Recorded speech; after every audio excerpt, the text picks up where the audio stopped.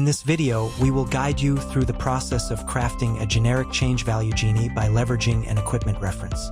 Begin by opening the graphics builder and click on the Add New icon. This will make a pop-up appear titled New. In the pop-up, select Genie to create a new genie. After selecting it, a new blank page will appear. Start by selecting the numbers from the toolbar, then click in the blank page for a new pop-up to appear called Text Properties. In that pop-up, there should be numeric expression that is blank there.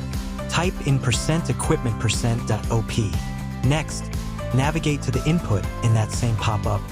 Then be sure to have up ticked under action on the left. Then fill in the up command with %equipment%.op.